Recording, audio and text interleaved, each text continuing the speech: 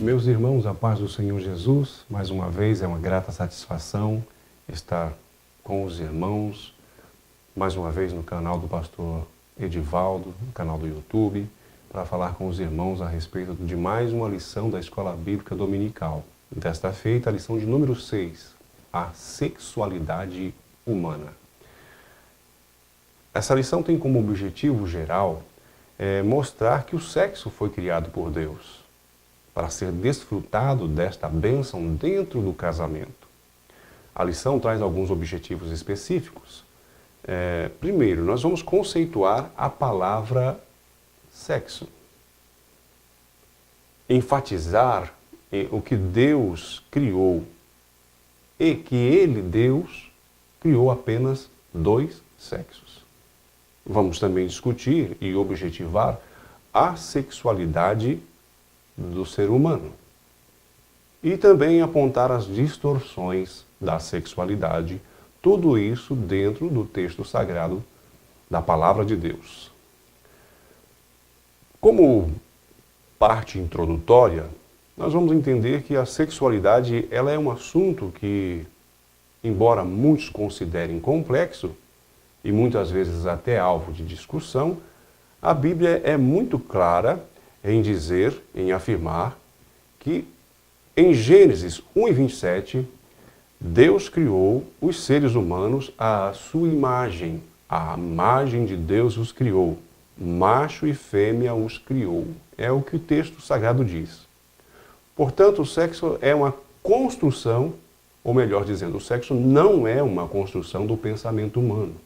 O sexo é uma bênção dada por Deus para o homem e a mulher. O sexo é feito dentro do casamento, tem um teor sagrado, marital. É o homem e a mulher cumprindo os propósitos divinos.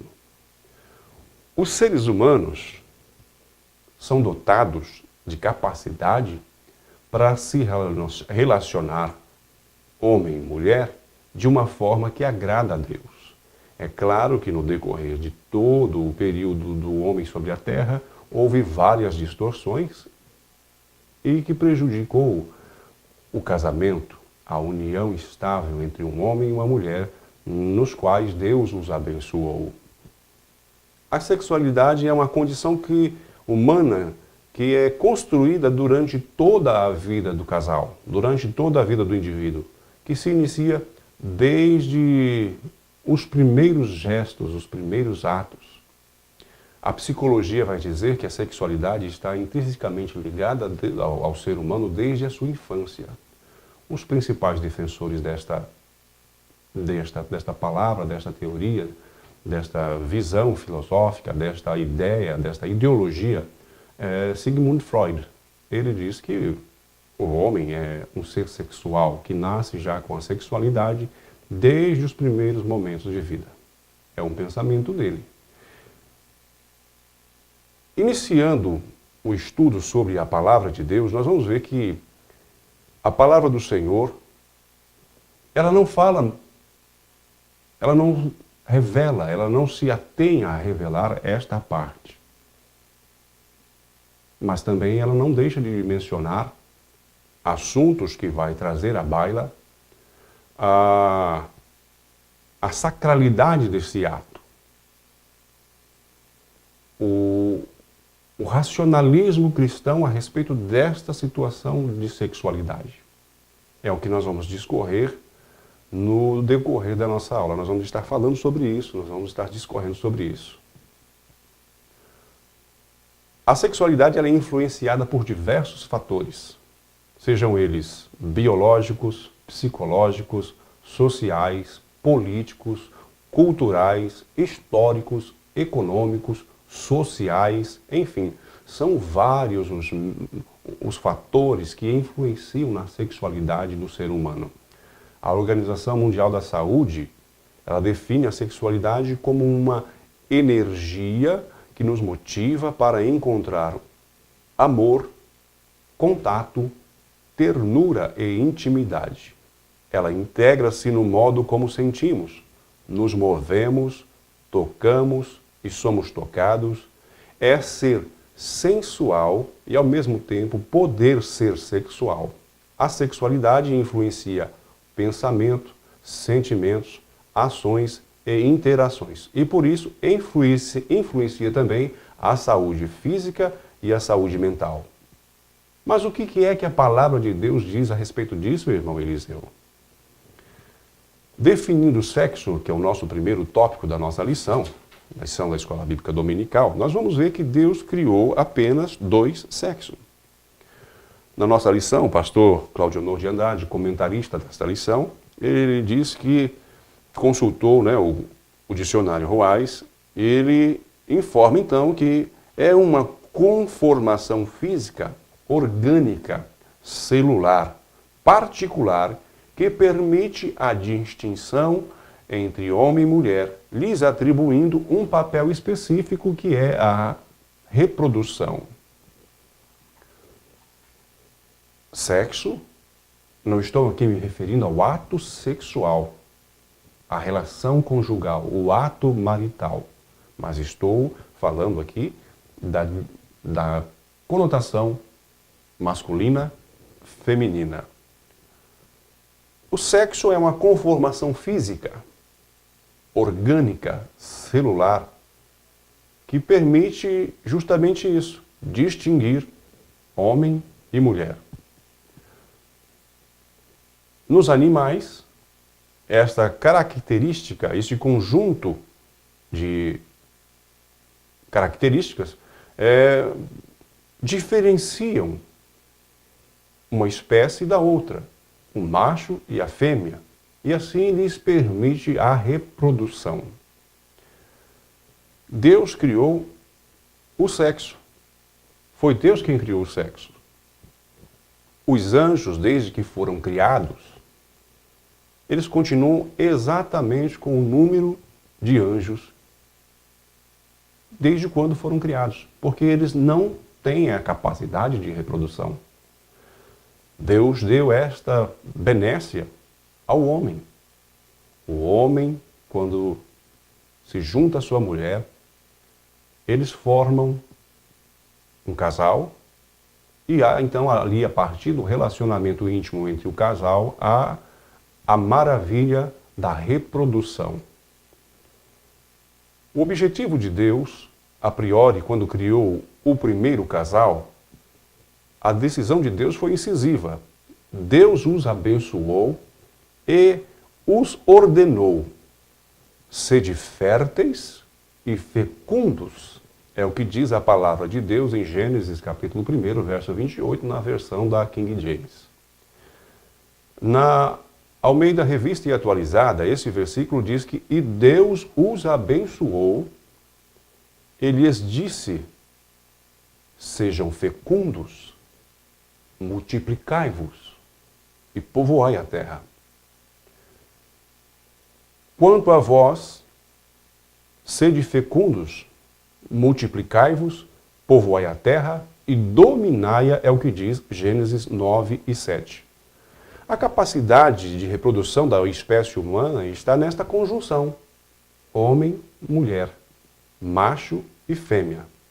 Não há nenhum outro método de reprodução humana senão um gameta masculino, um gameta feminino, e a junção desses dois gametas, a célula masculina e a célula feminina, na junção, forma um zigoto, uma nova vida. E é aí que entra a maravilha da criação de Deus. O homem, como coroa da criação, tem essa propriedade fantástica de reproduzir-se. Mesmo com toda a ciência do ser humano, até os dias de hoje, o homem não tem essa competência de criar um outro método de fazer com que o ser humano se reproduza.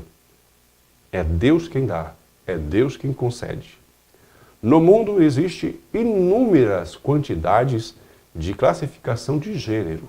Nós não vamos adentrar muito nesse campo, porque é um assunto que não traz à baila aquilo que nós estamos tentando expor aos irmãos, mostrando que dentro do casamento o sexo é bom. Eu fiquei muito impressionado que no Facebook existe lá cadastrado mais de 50, mais de 70 mais ou menos, classificações de gêneros. Sendo que é sabido que Deus só criou o macho e fêmea, homem e mulher. Mas lá tem lá umas classificações, nós não vamos entrar no mérito, mas é só para citar o conhecimento dos irmãos, agênero, cisgênero, transgênero, gênero fluido, crossdresser, drag queen e um monte de coisas aí que o homem buscou para si. Pelo que entendo, essa confusão é um pensamento terreno, é uma afirmação que é posto, que é imposta, dizendo que Deus é errado. E nós sabemos que Deus criou o homem perfeito, mas ele buscou para si muitas invenções. Isso é invencionice humana, essas ideologias de gênero, esses modismo maluco, é a pessoa tentando se explicar de um modo avesso, do avesso, para fugir do contexto primário, do contexto primeiro, que é a natureza humana. Homem, mulher, macho e fêmea. Tudo isso a gente mostra que é o humanismo, o hedonismo, puro, egoísta e simplesmente assim, distanciado de Deus. Mas quais são os objetivos da sexualidade humana? A palavra é simples e unicamente: procriação. A finalidade de Deus quando criou o ser humano é justamente essa, criar outro ser humano, a capacidade de reprodução. Deus abençoou o homem e deu a ele esta condição de multiplicação da espécie que acabara de ser recém-criada. Gênesis 1:28, Deus disse, olha, sejam férteis, se multipliquem. A prova cabal está no contexto bíblico que diz que Adão teve relações com a sua mulher, a Eva, ela engravidou e deu luz a Caim. Ela veio a gerar a Caim. E disse ela, Gênesis 4:1, com o auxílio do Senhor eu tive um filho homem. Isso na versão na NVI, Nova Versão Internacional. Portanto, a finalidade principal do sexo é a perpetuação da espécie. O casamento só é consumado cumprindo este propósito do Gênesis. Uma união conjugal é que faz com que este mandamento do Senhor Deus, quando criou o homem, pudesse ser cumprido. O sexo ele foi criado por Deus para ser desfrutado dentro do contexto conjugal, dentro do contexto matrimonial. Gênesis 2:24 atesta aquilo que eu estou dizendo. Por essa razão, deixará o homem pai e mãe e unir-se-á à varoa, sua esposa, e ambos serão uma só carne. O auge do casamento é a sexualidade, a intimidade do casal. É fantástico o que Deus faz. De um recém-criado, o Adão, Deus tira da costela do Adão um outro ser humano, a mulher, formam dois. Agora, pelo casamento, dois formam um para a glória de Deus. Porque a mensagem da palavra de Deus nos diz expressamente que ambos serão uma só carne. Ambos, homem e mulher, serão uma só carne. Deus é perfeito em seus propósitos. Deus de um só fez dois. Do Adão fez uma outra pessoa. E depois do casamento faz um. Olha como Deus é maravilhoso. Para corroborar com este pensamento, olha o que diz a Bíblia. Não sabeis que os vossos corpos são membros de Cristo? Deus está dizendo aqui, a palavra do Senhor está falando que não existe sexo fora do casamento, tá bom? Porque Deus sendo perfeito, Ele faz perfeitamente as suas obras. O que passa disso é imperfeição. E aí Deus diz, nestes versículos de 1 de Coríntios 16 e 17, que Não sabeis que os vossos corpos são membros de Cristo? Porventura tomarei eu os membros de Cristo e os unirei a uma prostituta? De forma alguma. Não é do vosso conhecimento que quem se une com a prostituta torna-se um só corpo com ela? Porque está escrito, os dois serão uma só carne. A palavra de Deus ela é enfática em elucidar isso. A obra de Deus é perfeita. Deus viu que tudo quanto ele fez era perfeito, era muito bom quando Deus criou tudo no princípio. Mas ele viu que o homem estava só e ele fez uma adjuntora. Alguém que estivesse ao lado para o auxiliar, para o ajudar. O Adão viu que na natureza, naquilo que Deus lhe confiou, naquilo que Deus lhe empregou para fazer, ele estava fazendo com primazia, mas ele estava aborrecido, estava um pouco triste. E Deus criou, então, a partir dessa necessidade do homem, a varoa, a mulher. E ela constituiu com Adão uma só carne, um só ser, um só personagem, outra vez, a partir do casamento. Tudo que foge disso, tudo que é fora disso, é pecado. Não é permitido, não é aceito por Deus. Paulo, mais uma vez, escrevendo à igreja de Corinto, no capítulo 6, os versos 19 e 20, ele diz: Ou não sabeis que o vosso corpo é o templo do Espírito Santo que habita em vós, proveniente de Deus, e que não sois de vós mesmos, porque fostes comprados por bom preço. Glorificai, pois, a Deus no vosso corpo e no vosso espírito, os quais pertencem a Deus. Dentro do seu propósito divino, Deus é maravilhosamente fantástico. Olha como que Deus trabalha. Houve a ação do pecado, o pecado introduzido no mundo pela rebelião do maligno.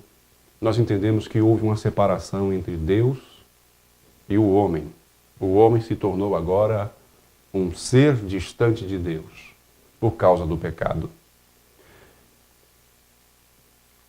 E por ocasião da cruz, Deus mais uma vez lega ao homem a condição de ser chamado filho de Deus. Volta àquele estado anterior em que o homem era varão perfeito diante de Deus. E agora, o homem e a mulher, unidos pela sacralidade do matrimônio, se tornam agora de novo pertencentes a Deus. Isto é maravilhoso. A comunhão perdida pelo pecado volta outra vez, após a redenção, é claro, mas ambos uma só carne, uma só pessoa, por ocasião desta maravilhosa graça de Jesus. O sexo não é meramente uma atividade recreativa. É uma necessidade fisiológica entre os casais. Casais que não se respeitam mutuamente, eles estão pecando primeiramente contra si próprios e contra Deus. O escritor aos Hebreus, ele é enfadonho, ou melhor dizendo, ele é enfático em dizer, no capítulo 13, verso 4, que digno de honra seja o casamento entre todas as testemunhas, bem como a pureza do leito conjugal, porquanto Deus julgará os imorais e os adúlteros. Deus deu o sexo para o homem, para a mulher, como uma bênção, como uma virtude, como uma qualidade de prazer e de intimidade para o homem, de relacionamento. É sabido que no decorrer de todo o período do homem sobre a terra, há muitas perversões sexuais, há desvios sexuais. Isto não é do agrado de Deus. Deus tem como santo o leito conjugal ilibado, o leito conjugal puro, o leito conjugal não maculado. E quando nós lemos esse texto, leito conjugal aqui, que é segundo a versão da King James, nós precisamos ter um pouquinho mais de intimidade com a palavra de Deus. O texto original aqui no grego, a palavra é koitos. Koitos. Não está falando do objeto cama, onde o casal se deita. Não. Está falando de sexo. A relação íntima entre um homem e uma mulher. É coito, não é cama. Sobretudo, ou digno de honra, seja o casamento entre todas as testemunhas, bem como a pureza do sexo, do coito, porquanto Deus julgará os imorais e os adúlteros. Essa maravilha do sexo, o sábio Salomão, ele escreve de uma forma poética maravilhosa o relacionamento íntimo, sacrossanto, entre um homem e uma mulher, sem desvio, sem imoralidade, sem perversidade, sem sodomia ou qualquer coisa fora disso. Ele escreve lá no seu livro de Cantares o relacionamento íntimo entre um homem e uma mulher de uma forma poeticamente linda. Eu vou citar aqui o capítulo 2, os versos de 1 a 4. Olha o que Deus deixa registrado através das palavras sábias do sábio Salomão. Eu sou a rosa de Saron, o lírio dos vales. Qual o lírio entre os espinhos? Tal é o meu amor entre as filhas. Qual a macieira entre as árvores do bosque? Tal é o meu amado entre os filhos. Desejo muito a sua sombra, e debaixo dela me assento. O seu fruto é doce ao meu paladar. Levou-me à casa do banquete, e o seu estandarte sobre mim era o amor. Esse livro, ele mostra, é claro, existe aqui as tipologias, que não vou estar mencionando, a respeito do que muitos definem, que é o relacionamento igreja-Cristo, Deus-Israel, mas, sobretudo, literalmente, é o relacionamento de um homem e uma mulher, o livro de Cantares. E mostra a singularidade do sexo e do casamento, a pureza do ato em si. Nós devemos aprender com isto que está na Bíblia. E já passando para o próximo assunto, nós vamos estar já falando a respeito do tópico 3, que são as distorções da sexualidade. O homem inventando atos, situações, meios de buscar o prazer pessoal fora daquilo que Deus pré-estabeleceu. E dentre essas distorções, o nosso comentarista ele enumera aqui algumas, mais precisamente 4 situações. A primeira é a fornicação. O que é fornicação? Fornicação é o ato sexual antes do casamento. E logo quando isso acontece, ambos, o homem e a mulher, o moço e a moça, o jovem e a jovem, estão pecando contra Deus. A fornicação é o ato antes do casamento.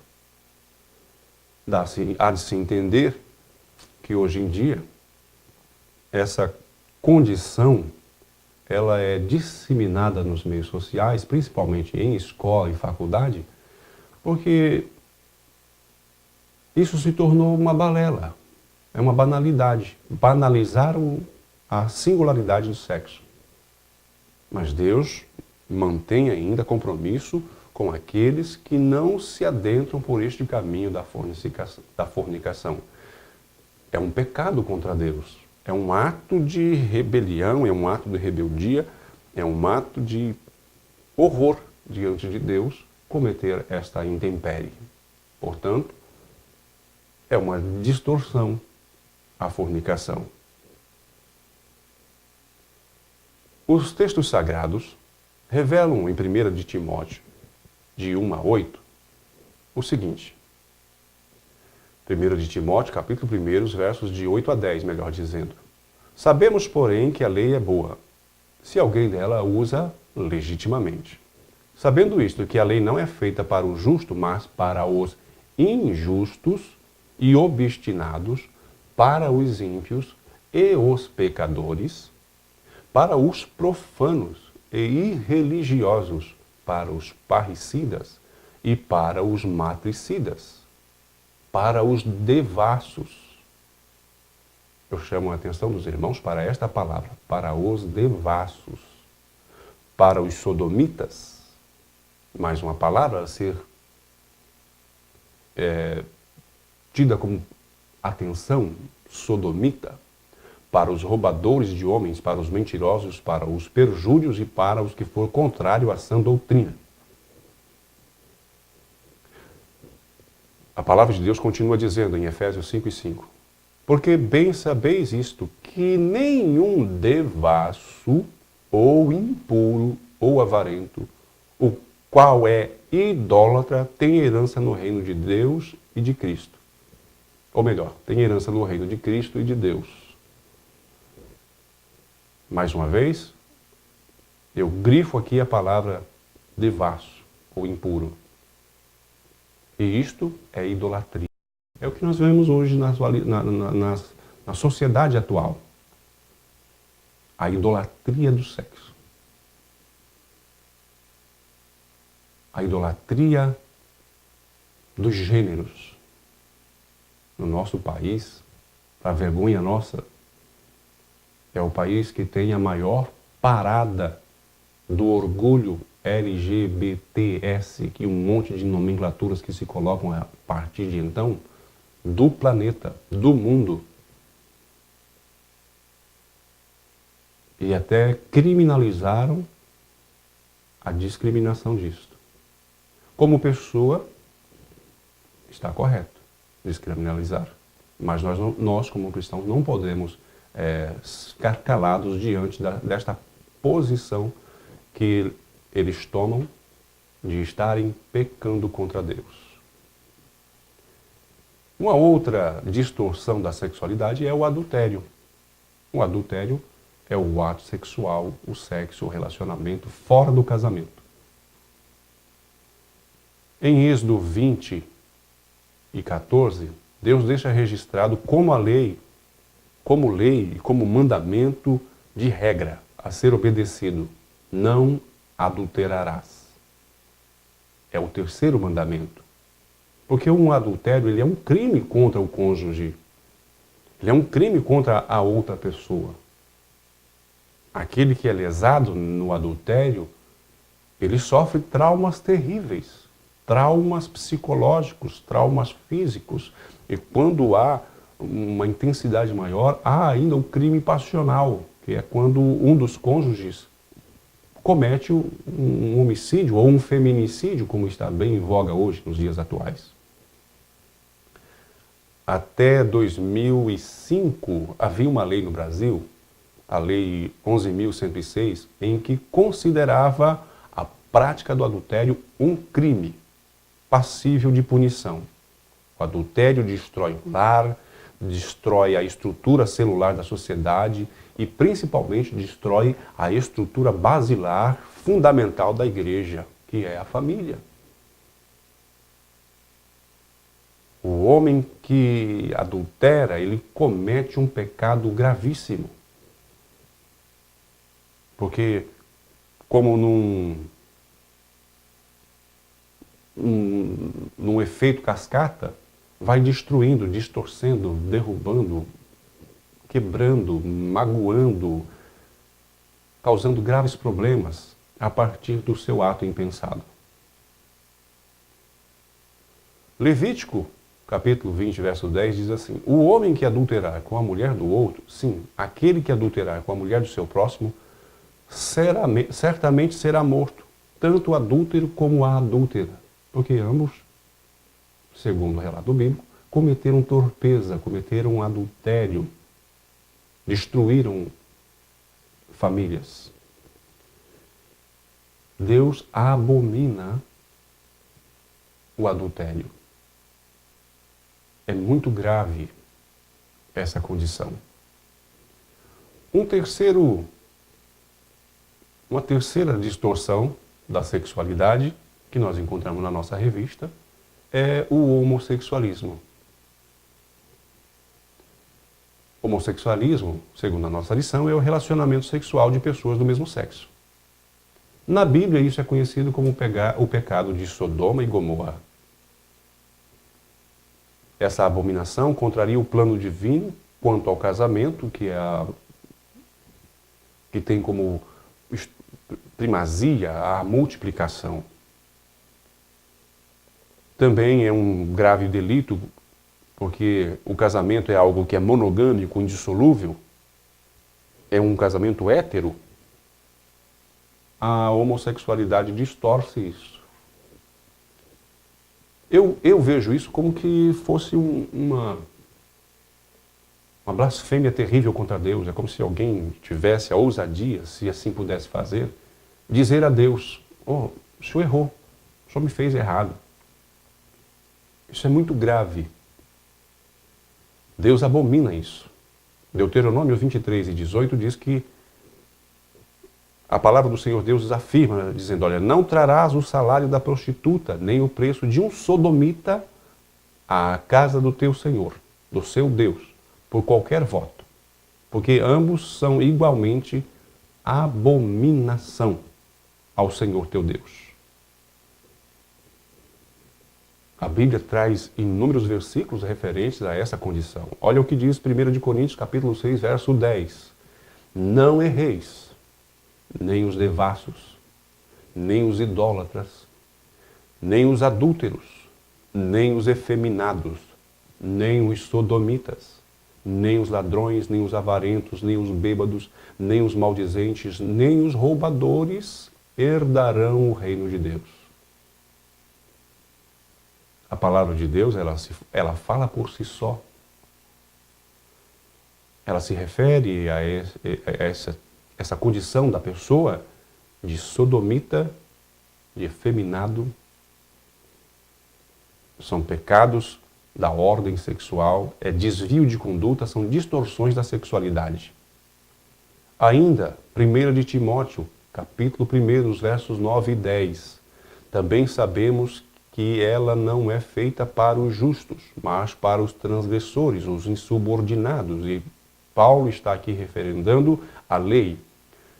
Para os ímpios, os pecadores, para os profanos, os irreverentes, para os que matam o pai, para os que matam mãe, para os homicidas, aqueles que também praticam a imoralidade sexual, o homossexualismo, para os sequestradores, para os mentirosos, e todos os que juram falsamente, e para aqueles que se opõem à sã doutrina.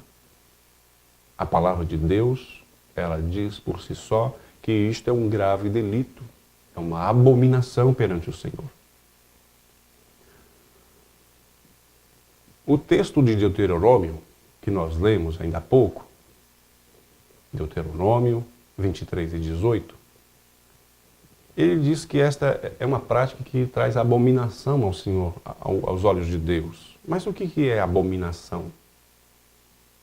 Essa palavra abominação vem do latim, que quer dizer abominatio. E o que isso tem a dizer? É um ato ou efeito de abominar, um sentimento de desprezo, de ódio, de horror. Coisa que causa esse sentimento. Abominar é isso. É um desprezo, um ódio, um sentimento de horror àquele ato tão desprezível.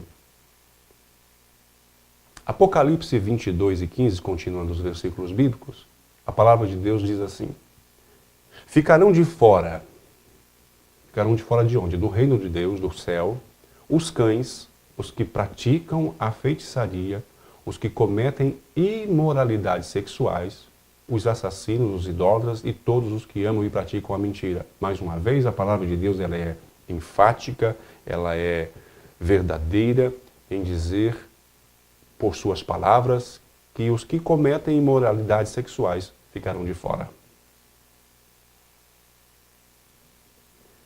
Por fim, o quarto item elencado aqui da distorção da sexualidade, que é a ideologia de gênero.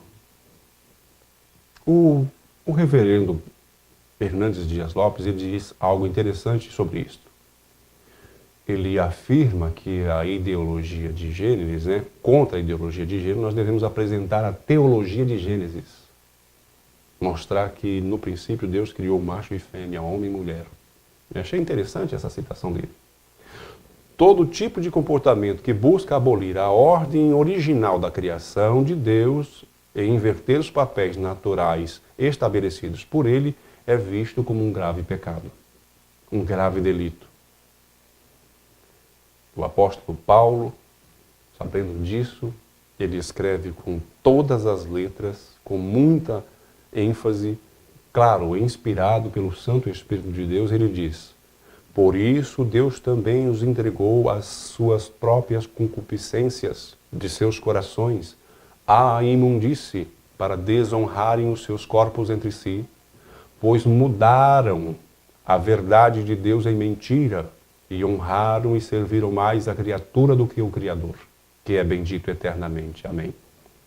Por isso, Deus os abandonou às paixões infames, porque até as suas mulheres mudaram o curso natural, no contrário à natureza, e semelhantemente também os homens, deixando o uso natural da mulher, se inflamaram em sua própria sensualidade uns para com os outros, homens com homens, cometendo torpeza e recebendo em si mesmos a recompensa que convinha ao seu erro. E como eles não se importaram de ter conhecimento de Deus, assim Deus os entregou a um sentimento perverso para fazer coisas que não convêm, estando cheios de toda iniquidade, fornicação, malícia, avareza, maldade, cheios de inveja, homicídio, contenda, engano, malignidade, sendo murmuradores, detratores, aborrecedores de Deus, injuriadores, soberbos, presunçosos, inventores de males, desobedientes aos pais e às mães, nécios, infiéis no trato, sem afeição natural, irreconciliáveis, sem misericórdia, os quais, conhecendo o juízo de Deus, que são dignos de morte os que tais coisas praticam, não somente as fazem, mas também consentem com que as fazem. Não sou eu que estou dizendo estas verdades. É a palavra de Deus. É Paulo citando para a igreja de Roma, no capítulo 1, versos 24 a 32. E se alguém abraça essa ideia de gênero, se alguém tem sentimento, consentimento, alguém aí é defensor, alguém que tem afinidade com a ideologia de gênero, está trocando a verdade de Deus pela mentira fabricada pela própria concupiscência humana. Devemos tomar cuidado quanto a isto. Este assunto precisa ser bem refletido, ensinado, dispensado, para que se alguém tem essas prerrogativas, esses sentimentos guardados, obscurecidos, possam, através da luz da palavra de Deus, serem esclarecidos e deixarem o seu pecado, a sua conduta imoral e tornarem-se aquilo que Deus fez certamente desde o princípio: homem, mulher.